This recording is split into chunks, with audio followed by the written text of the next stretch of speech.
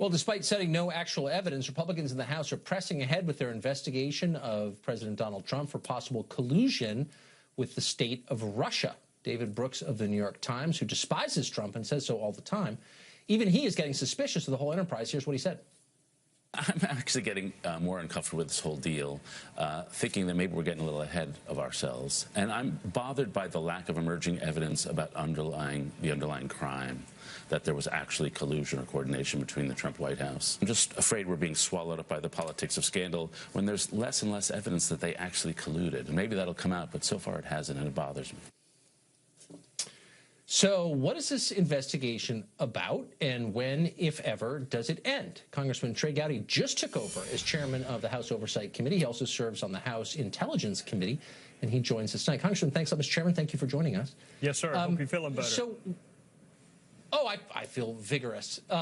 Good. But I have lost track of the point of all this. What is the point of this investigation, just to remind those of us who are following at home? Well, Tucker, the hyper-focus on collusion is not Congress's fault. I would say folks in your line of work have been focused on collusion much more than certainly Republican members of the House. There are four things that we're looking at. Russian active measures, which a subset of that would be collusion. The U.S. response back in 2016, which has nothing to do with Trump. That's an Obama administration response. And then, importantly, the leaks and the unmasking, which have everything to do with the reauthorization of certain surveillance programs. So there are four things that the House Intel Committee is looking at. One of those involves Russian active measures, and a subset of that would be collusion, not just between Mr. Trump and the Russians, but any American and the Russians. So the hyper-focus on collusion and conspiracy and coordination is not mine. I'm interested in all four tranches. When will we know what happened? When will this wrap up, do you think?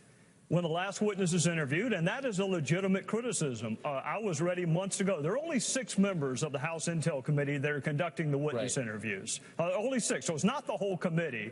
I was ready 2 months ago to start interviewing witnesses. We are slowly beginning to do that. We have another one tomorrow. Our goal is to have this done in a perfect world before Labor Day. We've interviewed everyone, because keep in mind, if we don't interview every witness, then some skeptic's going to say the one witness you did not interview is the one that has all the knowledge. So you have to interview everyone, and then at the end you can discuss what evidence exists or does not exist. So you said a minute ago the press was keeping the idea of collusion at the forefront of the public consciousness, which is, of course, true. I think you've been responsible in your public statements on this. We've had members of the committee on this show who have openly suggested, certainly implied, that there was collusion. There's clearly a political agenda here, and I'm not flacking for the Trump administration. Obviously, the president's hurt himself with his grotesquely counterproductive tweeting on the subject. But as a factual matter, there is a political agenda here, an axe being ground by Democrats, and doesn't that kind of color the whole investigation and make it maybe less useful from the public's perspective?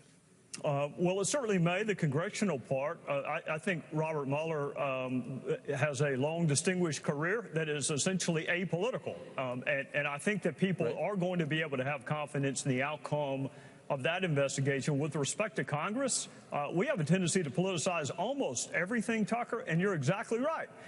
There are members of both the House and the Senate who talk about, here's my favorite, I've seen evidence that's more than circumstantial but not direct, which, by the way, is tautological. There's no way it can be more than circumstantial but not direct.